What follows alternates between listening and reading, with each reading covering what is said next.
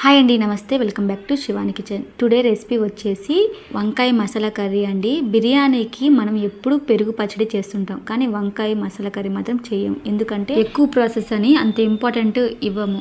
కానీ ఈ విధంగా చేశారంటే సింపుల్గా భలే రుచిగా టేస్టీగా చేసుకోవచ్చు. అది ఎలా తయారు చేసుకోవాలో చూసేద్దాం.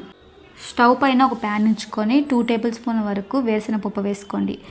మంటని మీడియం ఫ్లేమ్లో ఉంచి మంచి సువాసన వచ్చేంత వరకు వేయించుకోండి. ఏ కర్రీకైనా మనం వేయించుకోవడంలోనే ఉంటుందండి. ఒకటి పచ్చిగా ఉన్నా బాగోదు, అలాగని మాడిపోయినా బాగోదు. లైట్ గోల్డెన్ కలర్ వచ్చిన తర్వాత వేయించుకొని లాస్ట్లో నువ్వులు కూడా వేసుకొని స్టవ్ ఆఫ్ చేసుకొని మిక్సీ జార్లోకి తీసేసుకోండి.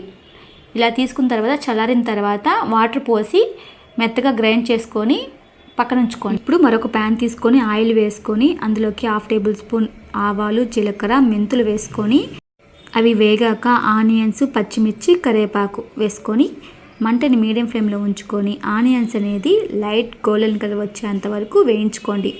చూడండి, ఈ విధంగా ఆనియన్స్ వేగిన తర్వాత ఇందులోకి 1/2 టేబుల్ స్పూన్ అల్లం వెల్లుల్లి పేస్ట్ వేసుకొని పచ్చివాసన పోయేంత వరకు వేయించుకోండి. జస్ట్ 1 మినిట్ వేయించుకున్న తర్వాత ఇప్పుడు ఇందులోకి కడిగి పెట్టుకున్న వంకాయల్ని ఇందులో వేసేసుకోండి. ఇవి ఒక 1/4 కిలో వరకు ఉంటాయి. కర్నెక్కకుండా ఉండడానికి ఉప్పుని అలాగే పసుపుని వేసుకొని ఇప్పుడు వీటితో పాటు కట్ చేసి పెట్టుకున్న 2 టమాటాలను కూడా ఇందులో వేసుకొని కలపండి. కలిపాక మూత పెట్టి ఒక 5 నిమిషాల పాటు మగ్గించుకోండి. 5 నిమిషాల తర్వాత వంకాయలు కూడా కాస్త మగ్గిన తర్వాత ఇందులోకి 2 టేబుల్ స్పూన్ వరకు కారం, 1 టేబుల్ స్పూన్ వరకు ధనియాల పొడిని వేసి బాగా కలిపి ఇప్పుడు ముందుగానే వేయించి పెట్టుకున్న నువ్వులు, వేరుశనగపప్పు పేస్ట్ని ఇందులో వేసుకొని 1 నిమిషం పాటు కలిపి తర్వాత ఉసిరికాయంత చింతపండుని నేను ముందరే నానపెట్టుకున్నాను.